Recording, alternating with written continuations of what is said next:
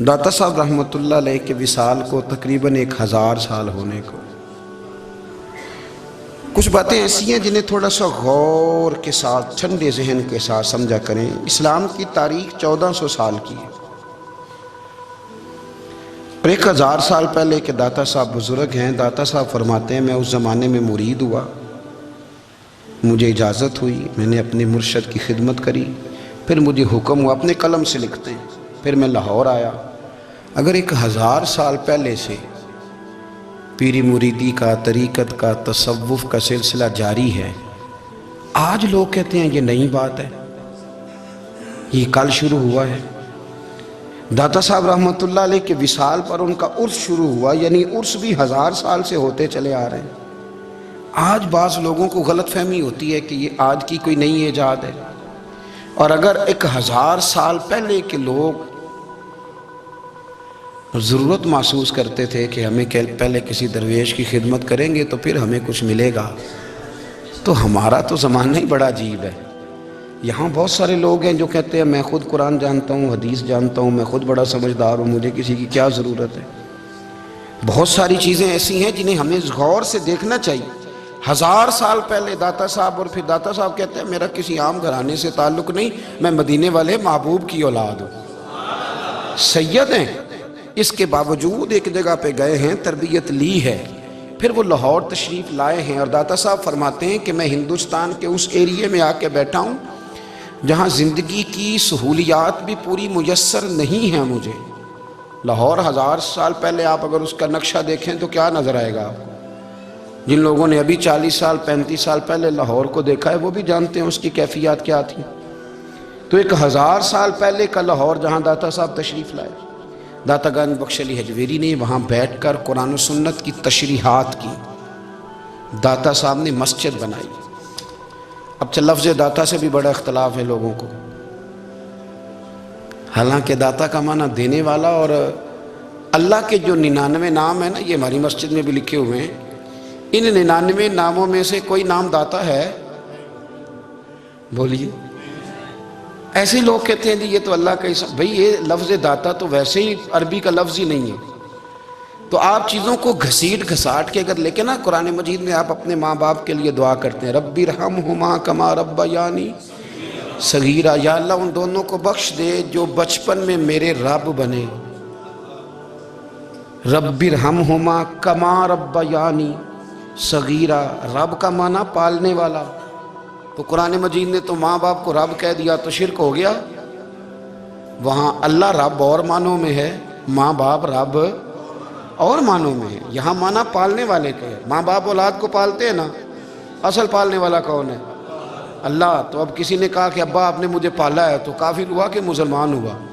چھوٹی چھوٹی باتوں میں لوگ تقسیم کرتے ہیں اہل اسلام کی، یہ درست نہیں ہے۔ قرآن مجید نے حکم دیا کہ ان کے لیے دعا کرو ان لفظوں کے ساتھ۔ تو داتا کا معنی ان کا لقب ہے، یہ معروف لقب ہے ان کا، اس کا معنی دینے والا۔ تو بھئی اگر آپ مجھ سے کوئی 2-3 مسئلے سن لیتے ہیں، میں آپ کو دے دیتا ہوں تو شرک نہیں ہوتا۔ میرا استاد اگر مجھے 2-4 باتیں سکھاتا ہے تو شرک نہیں ہوتا۔ آپ کے اور میرے بزرگ والدین ہمیں کو 2-4 ہزار دیں، ہم ان سے مانگ لیں تو شرک، تو یہ اتنی زیادہ وہ معاملہ نہیں ہے۔ آپ اس کو سمجھیں، لوگ الجھاؤ پیدا کرتے ہیں، اس الجھاؤ سے بچنا چاہیے۔ ہم سے بندہ مسلمان تو ہوتا کوئی نہیں، لیکن ہر جمعے کو 2-4 لاکھ کو کافر ضرور کر دیتے ہیں۔ جانے کب مار دے کوئی مجھے کافر کر کے، شہر کا شہر مسلمان بنا بیٹھا ہے۔ تو اتنا سستا نہ کریں اس چیز کو، چیزوں کو سمجھیں اور غور کریں۔ تو داتا صاحب رحمۃ اللہ علیہ نے قرآن و سنت کی تشریحات کی۔ اب ایک بات میں کہنے لگا ہوں، داتا صاحب رحمۃ اللہ علیہ، بابا فرید صاحب رحمۃ اللہ علیہ، حضرت شیخ عبد القادر جیلانی غوث پاک رضی اللہ تعالیٰ عنہ، یہ وہ بزرگ نہیں ہیں کہ جن کی تاریخ دفن ہے، جن کا کوئی پتہ نہیں کہاں سے آئے، کہاں گئے، کیا تھے، کیا کرتے تھے، یہ وہ اس طرح کے لوگ نہیں ہیں۔ ان لوگوں کا کلام اصل صورت میں آج بھی دنیا میں موجود ہے۔ بابا فرید کی تحریریں موجود ہیں، حضرت غوث پاک کی کتابیں موجود ہیں، داتا گنج بخش علی حجویری کی کشف المحجوب شاید دنیا کی ہر زبان میں ملتی ہے۔ اب میں جو بات کہنے لگا ہوں اس پر غور کرنا، اگر کشف المحجوب آپ پڑھیں نا ساری، تو سب سے پہلے وہاں ملنگوں کا داخلہ بند ہوگا۔ کوئی ملانگا آپ کو نظر نہیں آئے گا، چونکہ داتا صاحب کی تعلیمات بالکل اس کے برعکس ہیں۔ فوری طور پر وہاں عورتوں کا داخلہ بند ہوگا، چونکہ داتا صاحب کی تعلیمات اس کے بالکل برعکس ہیں۔ میلے ٹھیلے یہ ساری چیزیں وہاں بند ہوں گی۔ یہ کوئی کہیں نہیں داتا صاحب نے کہا کہ پنڈی سے پیدل آنا بڑے بڑے جھنڈے اٹھا کے اور میرے مزار پہ حاضری دینا، داتا صاحب اس کے مخالف ہیں، اس لیے کہ وہ کوئی ایسی چیز تو نہیں کہ وہ دفن ہے۔ داتا علی اجویری کی تعلیمات تو لکھی ہوئی ہیں، کتاب موجود ہے، اور ہر چیز کا انہوں نے بیان کر دیا اس کے اندر۔ علم سے شروع ہوئے ہیں وہ، علم، عمل، فقر۔ داتا صاحب نے تو کھانے کے آداب بھی بیان کیے، داتا صاحب نے چلنے کے آداب لکھے ہیں کشف المحجوب کے اندر، داتا صاحب نے بولنے کا شریعت میں کیا طریقہ وہ بھی بیان فرمایا۔ داتا صاحب نے تو کوئی ایسی چیز نہیں ہے جو آپ کہیں کہ باہر سے لے کے جانی پڑے۔ مسئلہ تو یہ ہے کہ یہ جو کچھ ہو رہا ہے، ایک آدمی ان کی قبر سے پھول اٹھاتا ہے اور وہ کسی کے گلے میں ڈالتا ہے تو اس کا بھی اسے 400-500 روپیہ نذرانہ چاہیے۔ یہ کہاں لکھا ہے داتا صاحب نے؟ کس کتاب کا حصہ ہے؟ ان کے مزار کو آپ جس مرضی چیز سے غسل دیں، اور داتا صاحب نے نہیں کہا تھا کہ سندل لے کے آنا تو میری قبر کو غسل دینا، انہوں نے کہیں نہیں کہا۔ کیوں زیادتی کرتے ہیں مشائخ کے ساتھ؟ میرے اعلیٰ حضرت فاضل بریلوی رضی اللہ تعالیٰ عنہ سے کسی نے پوچھا تھا، ہم بڑی لوگوں کی باتیں سنتے ہیں، مزارات پہ لوگ جاتے تھے تو نفع ہوتا تھا، اب کیا بات ہوئی؟ اب اس طرح سے ہماری دعائیں مستجاب نہیں ہوتی۔ تو اعلیٰ حضرت فرمانے لگے، تم بزرگوں کے مزاروں پہ غیر شرعی کام کرتے ہو، اللہ والے تم سے ناراض ہو گئے، وہ تو تم سے ناراض ہیں، وہ تمہاری سفارش کریں گے اللہ کی بارگاہ میں، وہ تو ناراض ہیں تم سے۔ تم وہاں جا کے جو کچھ کرتے ہو وہ ان کو راضی کرنے والا ہے کہ ناراض کرنے والا ہے؟ تو داتا صاحب نے تعلیم، سب سے پہلے آپ نے اسبات علم کا باب باندھا ہے، اور آیت یہ لکھی ہے پہلے، انما یخش اللہ من عبادہ العلماء۔ آپ فرماتے ہیں علم ہوگا تو بندہ اللہ سے ڈرے گا۔ اور بڑی یہ سخت بات ہے، پر داتا صاحب نے لکھی ہے، میری مجبوری ہے، تعلیمات داتا گنج بخش موضوع ہے، یہ بات کرنی پڑے گی۔ داتا صاحب کہتے ہیں جو بندہ بغیر علم کے فقیری کا دعویٰ کر جائے وہ اسی طرح ہے جس طرح کنویں کے گرد بیل پانی نکالنے کے لیے گھوم رہا ہوتا ہے، وہ چلتا تو رہتا ہے پر اس کی منزل کوئی بھی نہیں ہوتی، وہ گھومتا تو رہتا ہے پر اسے نتیجہ کوئی ملتا نہیں۔ فرماتے ہیں وہ اس بیل کی طرح ہے کہ گھومتا تو رہے گا پر کوئی منزل اسے میسر نہیں آئے گی۔ اگر کوئی منزل لینا چاہتا ہے تو پہلے اللہ کی کتاب پڑھے اور مدینے والے محبوب کی حدیث یاد کرے، پھر اسے منزل نصیب ہوگی، ورنہ اس کے لیے کوئی رستہ تعین ہو سکتا۔ اور داتا صاحب نے پھر حدیث لکھی نبی کریم علیہ السلام کی، فرماتے ہیں کچھ علم حاصل نہیں کرتے، کچھ علم لیتے ہیں پر اس سے نفع نہیں لیتے، پتہ ہوتا ہے پر عمل نہیں کرتے۔ آپ نے حدیث لکھی ہے، نبی کریم علیہ السلام نے فرمایا اللہم انی اعوذ بک من العلم لا ینفع، اے اللہ میں اس علم سے تیری پناہ مانگتا ہوں جو علم تو ہو پر اس سے نفع نہ اٹھایا جا سکے، جو علم تو ہو پر اس پر عمل نہ ہو۔ داتا صاحب رحمۃ اللہ علیہ فرماتے ہیں علم ہمیشہ اس لیے سیکھنا کہ اللہ تبارک و تعالیٰ تمہیں اس کا نفع عطا کرے، اور پھر آگے بڑھتے ہیں۔ تو آپ فرماتے ہیں جب علم سیکھ لو تو پھر نہ اللہ رسول سے عشق کرنا، فرماتے ہیں پھر نمازیں پڑھنا آسان ہو جائے گا، روزے رکھنا آسان ہو جائے گا، قرآن مجید پڑھنا آسان، محبت کرنا۔ اور آپ نے مثال دی، جہاں بھی کوئی بات سمجھاتے ہیں ایک مثال دیتے ہیں، مثال دی۔ فرمانے لگے حضرت عبداللہ ابن مبارک رحمۃ اللہ تعالیٰ علیہ، فرماتے ہیں میں شروع میں ایک عورت پہ عاشق ہو گیا تھا، سمجھانے کے لیے بات کرتے ہیں، عاشق ہو گیا تھا ایک عورت پہ، تو میں نے عشاء کی نماز اس کے محلے میں جا کے پڑھی، چونکہ میرا مذہبی گھرانے سے تعلق تھا، نماز میں پڑھتا تھا، تو امام صاحب جو تھے نا، یہ داتا صاحب نے لکھا ہے کشف المحجوب، امام صاحب نے نا آیات ذرا لمبی پڑھی، تو میرے دل میں خیال آیا کہ مولانا آپ تو فارغ ہیں تو ہمیں تو اور بھی کام ہے، تو کہتے ہیں نماز سے فارغ ہو کے میں اس کے گھر کے چکر لگاتا تھا، ساری رات گھومتا رہتا تھا، وہ چند لمحوں کے لیے چھت پہ آتی تھی، دو ایک بات کرتی تھی، چلی جاتی تھی، حد یہ ہے کہ مجھے کبھی اس پہ غصہ بھی نہیں آیا، اور اس کا انتظار کر کے کبھی میں تھکا بھی۔ یہ داتا صاحب لکھ رہے ہیں۔ حضرت عبداللہ ابن مبارک فرماتے ہیں ایک رات میں گیا، اسی طرح میں نے نماز پڑھی، پھر میں اس کے گھر گیا، میں ساری رات، سردیوں کی ٹھنڈی رات 11-12 گھنٹے اس کے گھر کا طواف کرتا رہا، معاذ اللہ چکر لگاتا رہا۔ آدھی رات کو سحری کے وقت وہ چھت پہ آئی 1 منٹ کے لیے اور کہنے لگی گھر میں مہمان بہت زیادہ ہیں، آج بات نہیں ہو سکے گی۔ حضرت عبداللہ ابن مبارک فرماتے ہیں کہ میں جب واپس لوٹا تو نہ مجھے اس پہ غصہ تھا، نہ مجھے تھکاوٹ تھی، بلکہ میرے دل کے اندر اس کے لیے محبت بڑھ رہی تھی۔ میں کہہ رہا تھا کتنی اچھی ہے بیچاری، اتنے راش میں بھی اور اتنی مجبوری میں بھی 1 منٹ کے لیے چھت پہ آئی ہے، پھر بھی مجھے اس سے پیار بڑھ رہا تھا۔ کہتے ہیں جب میں تھوڑا آگے بڑھا تو فجر کی اذان ہو رہی تھی، یکدم میرے اندر سے آواز اٹھی۔ میں نے کہا عبداللہ اگر تو ایک عورت کے لیے ساری رات کھڑا رہتا ہے، نہ تھکاوٹ ہوتی ہے، نہ غصہ آتا ہے، بلکہ پیار بڑھتا ہے، اگر عورت کے لیے بندہ کھڑا رہ سکتا ہے تو رب رسول کے لیے بھی کھڑا رہ سکتا ہے۔ پھر تراویح پڑھنا کوئی اتنا مشکل کام نہیں ہے، پھر تہجد کے لیے اٹھنا کوئی مشکل کام نہیں ہے، شرط یہ ہے کہ پیار ہو جائے۔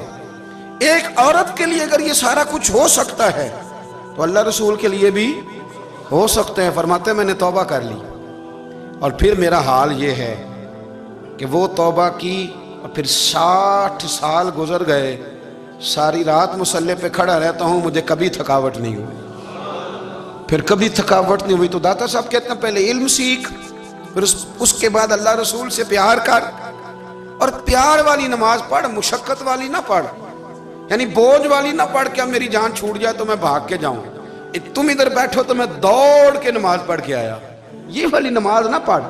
پھر تو آیا تو پھر ذوق پیدا کر، پھر تیرے اندر شوق ہو، پھر تو توانائی والا جذبہ رکھے دین کے معاملے میں۔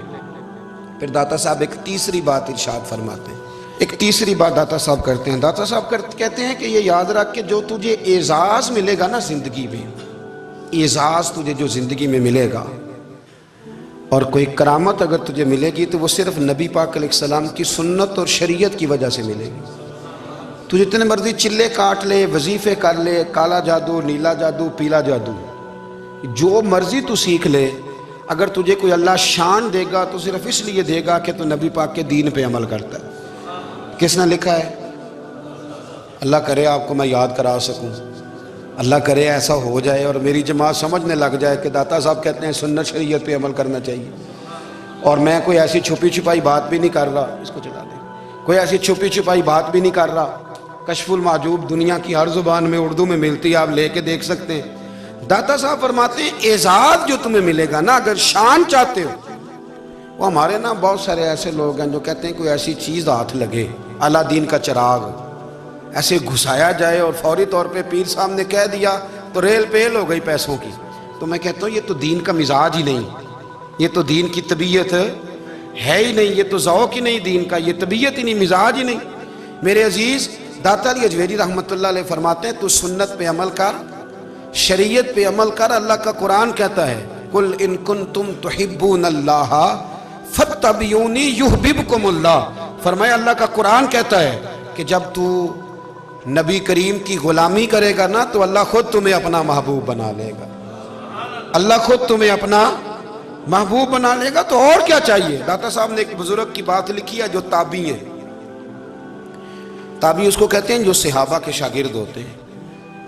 ایک بزرگ کی بات لکھی جو تابعی ہیں، وہ فرماتے ہیں کہ ان بزرگوں کا طریقہ یہ تھا کہ وہ لوگوں سے چھپ کے نا پہاڑ کے پیچھے عبادت کرتے تھے، اور پوزیشن ان کی یہ تھی کہ کسی سے ملتے نہیں تھے، بالخصوص فجر کی نماز سے لے کر عصر کی نماز تک بکریاں رکھی ہوئی تھیں، ان کو چراتے رہتے تھے فرات کے کنارے اور نفل پڑھتے رہتے تھے۔ اس وقت کو ملنے بھی نہیں آتا تھا۔ ایک شخص بڑی دور سے ان کی شہرت سن کے آیا، میں نے تو ملنا ہے۔ لوگوں نے کہا وہ اس وقت نہیں ملتے، ناراض ہوتے ہیں۔ اس نے کہا اللہ کا بندہ ہے نا، ناراض ہو بھی جائے گا تو لمبا ناراض رہے گا نہیں، اللہ والے جلدی راضی ہو جاتے ہیں۔ پہنچ گئے، اب وہ بابا جی نماز پڑھ رہے تھے تو کہتے میں نے عجیب منظر دیکھا کہ بابا جی فرات کے کنارے نماز پڑھ رہے ہیں اور ایک بھیڑیا ان کی بکریوں کی حفاظت کر رہا ہے۔ کہتے میں حیران رہ گیا کہ بھیڑیا تو بکریاں کھایا کرتا ہے اور یہاں چرا رہا ہے۔ کہتے میں جب گیا تو بابا جی نوافل میں مشغول تھے، مجھے دیکھ کے کہنے لگے اس وقت کیوں آئے؟ میں نے کہا حضور اگر آئے گیا ہوں تو پھر مہربانی کرے قبول فرما لیں۔ میں بیٹھ گیا تو میں نے کہا حضور یہ بھیڑیا بکریاں چرا رہا ہے، بھیڑیا اور بکریے کی صلح کب سے ہو گئی؟ تو فرماتے ہیں لمبی تقریر نہیں، ہلکا سا جملہ، فرمانے لگے جب سے بکریوں کے مالک نے رب سے صلح کر لی ہے نا،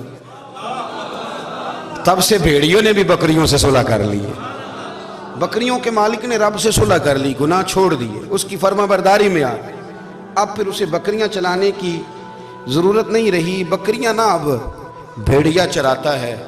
کہتے ہیں میرے اوپر کپ کپی طاری ہو گئی بزرگوں کی بات سن کے، اور مجھے پیاس لگی اور خواہش آئی کہ پتہ نہیں اب بابا جی کچھ کھلائیں پلائیں گے بھی کہ نہیں، بابا جی کچھ کھلائیں گے بھی کہ نہیں۔ کہتے ہیں میرے دل میں خیال تھا تو بزرگوں نے نا ایک لکڑی کا پیالہ، ان کے پاس وہ غار میں بیٹھے تھے تو ایک چھوٹا سا پتھر تھا، اس کی ڈھلان بنی ہوئی، بابا جی نے اس کے نیچے لکڑی کا پیالہ رکھا، وہ رکھا ہی تھا تو وہ دودھ سے بھر گیا۔ کہتے ہیں انہوں نے مجھے دیا تو ٹھنڈا اور میٹھا دودھ، میری طبیعت خوش ہو گئی۔ بابا جی نے دوبارہ وہی پیالہ اسی جگہ رکھا تو شہد سے بھر گیا۔